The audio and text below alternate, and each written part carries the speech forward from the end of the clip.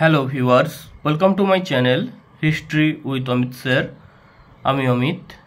আজ আমরা আলোচনা করব ক্লাস 10-এর ষষ্ঠ অধ্যায়ের ইতিহাসের ষষ্ঠ অধ্যায়ের একটি গুরুত্বপূর্ণ প্রশ্ন, বিংশ শতকের ভারতে উপনিবেশ বিরোধী আন্দোলনে বামপন্থীদের ভূমিকা। বিংশ শতকের ভারতে উপনিবেশ বিরোধী আন্দোলনে বামপন্থীদের ভূমিকা। বলে রাখি, কমিউনিস্ট, এই যে কমিউনিস্ট দল, বামপন্থী যে কমিউনিস্ট দল, এই কমিউনিস্ট দল প্রতিষ্ঠা হয়েছিল কখন না 1920 খ্রিস্টাব্দে প্রতিষ্ঠা হয়েছিল একবার, আরেকবার প্রতিষ্ঠা হয়েছিল 1925 খ্রিস্টাব্দে। এটা ভারতের কমিউনিস্ট দল, ঠিক আছে। ভারতের কমিউনিস্ট দল দুবার প্রতিষ্ঠিত হয়েছে। একবার 1920 খ্রিস্টাব্দে প্রতিষ্ঠিত হয়েছে কোথায় না রাশিয়ার তাশখন্দে, আর একবার প্রতিষ্ঠিত হয়েছে ভারতের কানপুরে 1925 খ্রিস্টাব্দে। যেহেতু এই কমিউনিস্ট দল দুবার প্রতিষ্ঠিত হয়েছে, এর দুবার জন্ম হয়েছে, তাই জন্য একে বলা হয় দ্বিজ, অর্থাৎ যার দুবার জন্ম।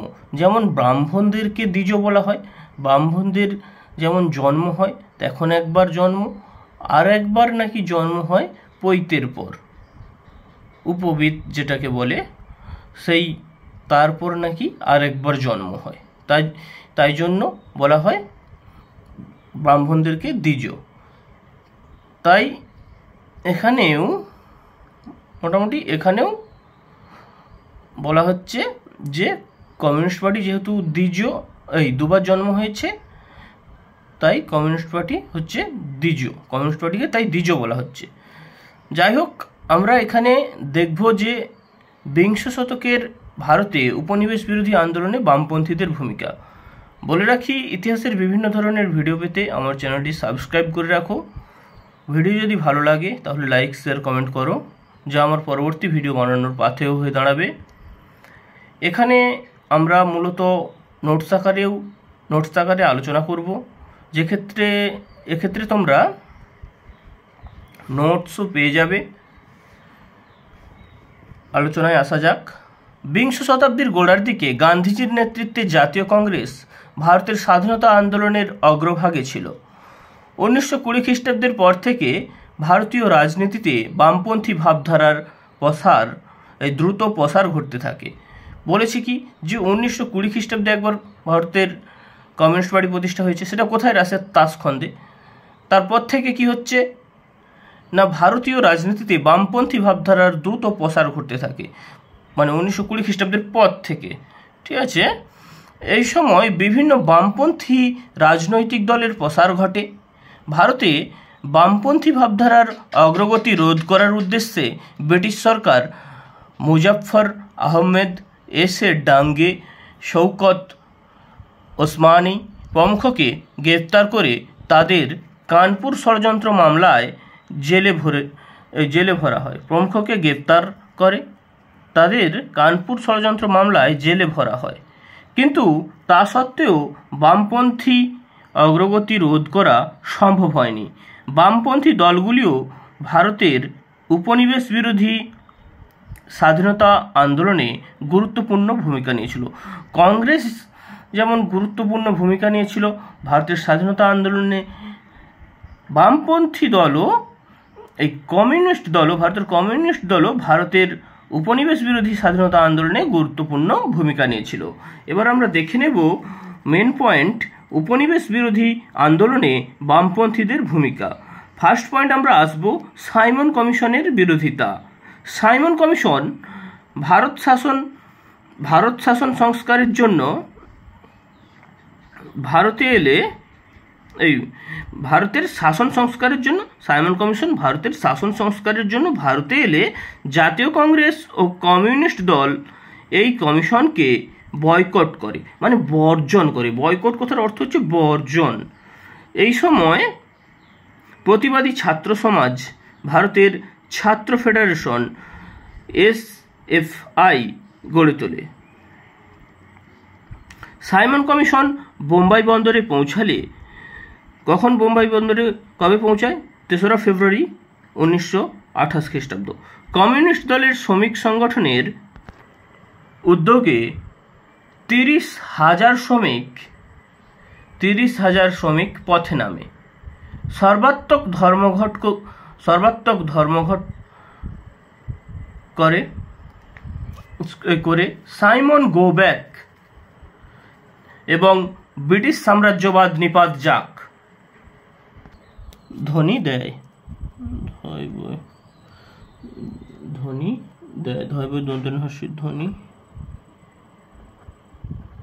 দেয়।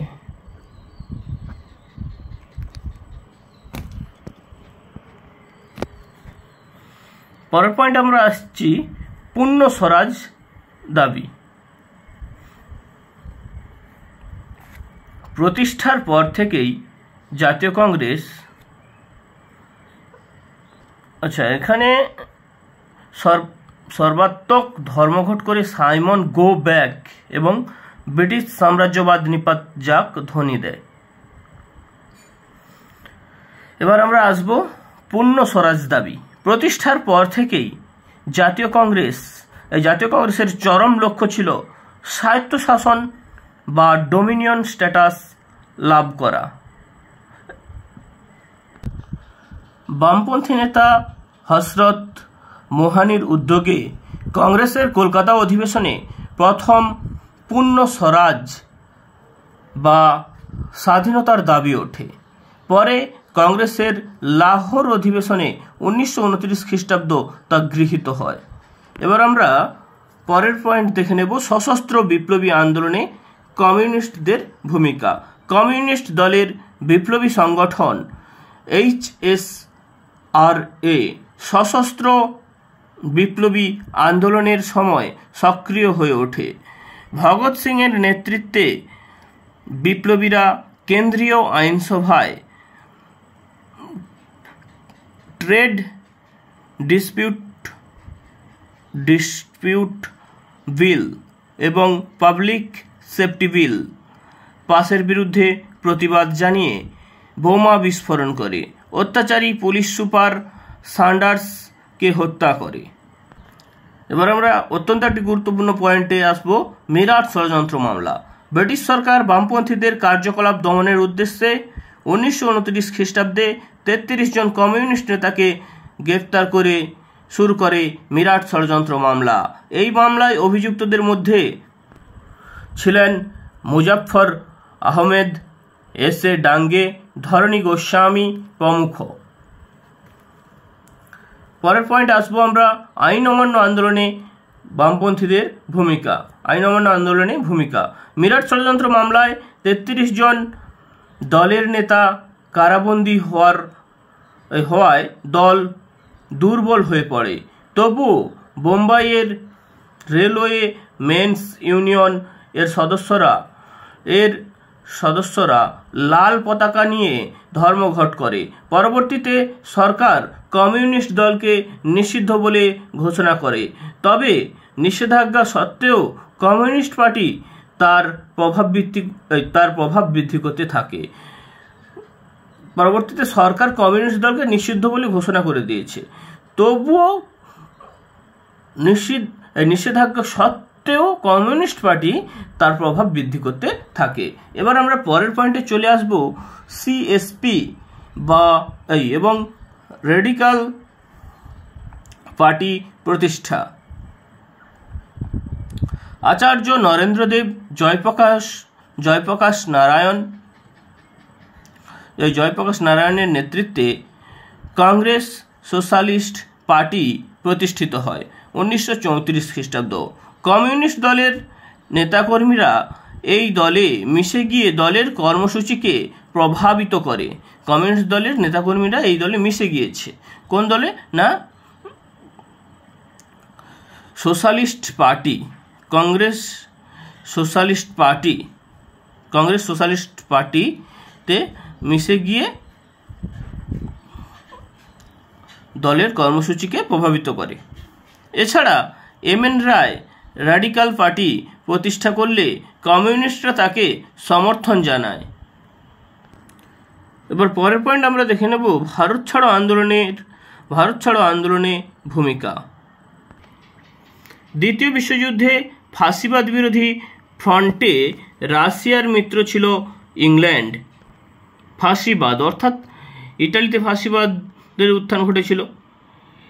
ফাঁসিবাদ বিরোধী ফ্রন্টে মানে ইটালি, জার্মানি এরা এক সাইডে ছিল দ্বিতীয় বিশ্বযুদ্ধে, রাশিয়া, ইংল্যান্ড এরা এক সাইডে ছিল। এই যে দ্বিতীয় বিশ্বযুদ্ধে ফাঁসিবাদ বিরোধী ফ্রন্টে রাশিয়ার মিত্র ছিল ইংল্যান্ড, তাই কমিউনিস্ট দল ইংল্যান্ডের যুদ্ধ প্রচেষ্টাকে সমর্থন করে। শ্রমিক ধর্মঘট বন্ধ রাখে এবং ভারত ছাড়ো আন্দোলন থেকে দূরে থাকে। তবুও কলকাতার ট্রাম পরিবহন কর্মীরা ধর্মঘট করে এই আন্দোলনকে সমর্থন জানায়। তবুও কলকাতার ট্রাম পরিবহন কর্মীরা ধর্মঘট করে এই আন্দোলনকে সমর্থন জানায়। এবার আমরা চলে আসব পরের পয়েন্ট, দ্বিতীয় বিশ্বযুদ্ধোত্তর কালে আন্দোলনে ভূমিকা। দ্বিতীয় বিশ্বযুদ্ধোত্তর কালে আন্দোলনে ভূমিকা। দ্বিতীয় বিশ্বযুদ্ধের শেষে ভারতে অভূতপূর্ব গণ আন্দোলন শুরু হয়। বাংলায় বর্গা চাষীদের অধিকার প্রতিষ্ঠায় তেভাগা আন্দোলন সংঘটিত হয়। অন্যদিকে আজাদ হিন্দ ফৌজের সেনা অফিসারদের বিচার শুরু হলে রশিদ আলী দিবস পালন, ভারতীয় নৌবাহিনীর তলোয়ার জাহাজে ভারতীয় নাবিকদের বিদ্রোহের ক্ষেত্রেও কমিউনিস্ট পার্টির বিশেষ ভূমিকা দেখা যায়। নৌবিদ্রোহ কখন হয়েছিল? 1946 খ্রিস্টাব্দে নৌবিদ্রোহ হয়েছিল। প্রথম বিদ্রোহ শুরু হয়েছিল বোম্বাইয়ের তলোয়ার জাহাজে, মনে রাখবে। এছাড়া তেলেঙ্গানার কৃষক বিদ্রোহের ক্ষেত্রেও এই কমিউনিস্ট পার্টি মানে এই বামপন্থী পার্টি, এই কমিউনিস্ট পার্টি, এই পার্টি গুরুত্বপূর্ণ ভূমিকা পালন করে। এবার আমরা দেখে নেব মূল্যায়ন। সবশেষে বলা যায় 20 শতকের উপনিবেশ বিরোধী আন্দোলনে বামপন্থীরা গুরুত্বপূর্ণ ভূমিকা পালন করেছিল। 20 শতকের উপনিবেশ বিরোধী আন্দোলনে বামপন্থীরা গুরুত্বপূর্ণ ভূমিকা পালন করেছিল। তারা তাদের নীতি ও আদর্শ থেকে বিচ্যুত হয়নি। তবে জাতীয় কংগ্রেসের